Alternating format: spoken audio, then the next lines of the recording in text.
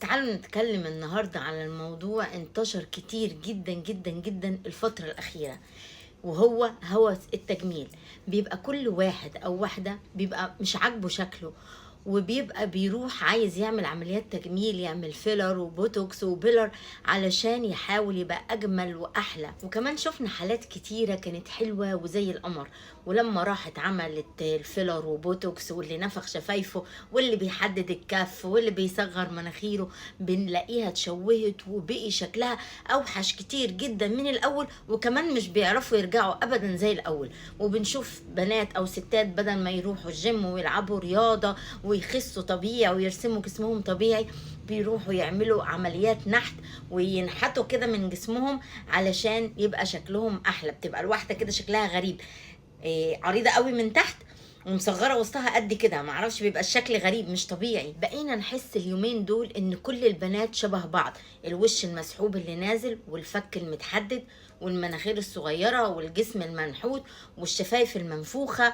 وايه تاني بيعملوا ايه تاني، وبيحددوا الخدود وبيرفعوها وحاجات كده غريبه جدا جدا. واكننا بنبقى مش مقتنعين بالخلقه اللي خلقنا عليها ربنا، واحنا بنبقى عارفين ان ربنا خلقنا في احسن واحلى صوره، ومفيش بشر ابدا مهما كان ومهما العلم اتطور هيقدر يخلينا بصوره احلى من الصوره اللي اتخلقنا عليها. ده ربنا يا جماعه بيخلق لنا شعرنا مثلا بيبقى كيرلي، بيبقى عارف ان الشعر ده لايق علينا. بيبقى خالق واحده شعرها ليس، بيبقى عارف ومتاكد ان الشعر الليس ده لايق عليها. يعني انا مثلا لو جربت افرد شعري الكيرلي بلاقي نفسي غريبه، لا انا عايزه ارجع لطبيعتي، فاهمني؟ ومهما الطب اتقدم واتطور مش هيوصل ان هو يبقى زي ما ربنا خلقنا. بنشوف بنات لما بتروح تعمل فيلر وبوتوكس بيبقى شكلها كمان اتغير وبيبقى غير الاول خالص. كمان بيبقوا بيعملوا عمليات، بيحطوا الحاجات اللي هنا دي بيجمدوا عضلات الوش. يعني حتى التجاعيد الطبيعيه اللي انت مثلا بتبتسم فيظهر لك خطوط ابتسامه، ان انت مثلا تكشر فيظهر لك خطوط، كل الحاجات دي بيلغوها، واكننا بقينا تمثال وش مرسوم متجمد، لا هو بيضحك ولا بيبتسم ولا لا هو بيضحك ولا بيزعل ولا بيكشر، اكننا بقينا عباره عن تمثال منحوت، وشكلنا بيبقى مش طبيعي وفيك. وكمان بلاحظ ان الموضه دي انتشرت جدا جدا جدا اليومين دول، لدرجه ان البنات الصغيره في سن المراهقه بيبقى شكلها زي القمر، وبتبقى مقتنعه تماما من كتر ما هي شايفه على السوشيال ميديا ان الموضوع ده منتشر جدا جدا. بتبقى عايزه تغير من شكلها وبتقعد تقول انا هروح اعمل فيلر وبوتوكس واروح الحته دي مش عاجباني، لا الحته دي مش عجباني عايزه اروح اغيرها.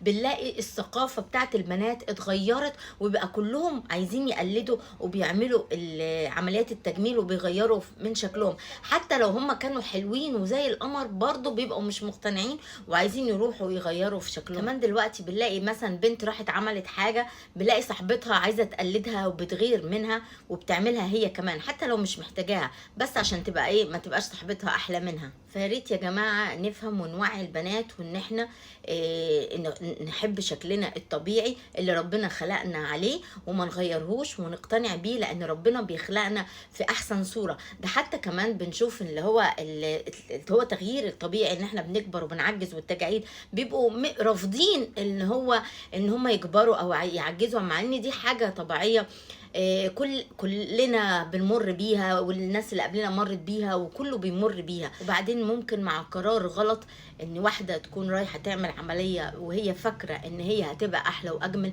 تتشوه وشكلها يبوظ طول عمرها، وعمرها ما هتعرف ترجع زي الاول باي عملية من عمليات التجميل ان هي تقدر ترجعنا زي الاول. ودينا شايفين نماذج كتير، مش عايزة اذكر اسماء، في نماذج كتير وناس مشهورة راحت عملت عمليات تجميل ووشها اتشوه تماما. يا ريت نوعي بناتنا ونفهمهم ان هم يحبوا شكلهم الطبيعي، وان ربنا بيخلقنا على احسن صورة، وان هم ممكن مع اي قرار غلط ممكن يعملوه ان هم يروحوا ويبوظوا في شكلهم. وبس كده، يا رب يكون الفيديو عجبكم. باي باي.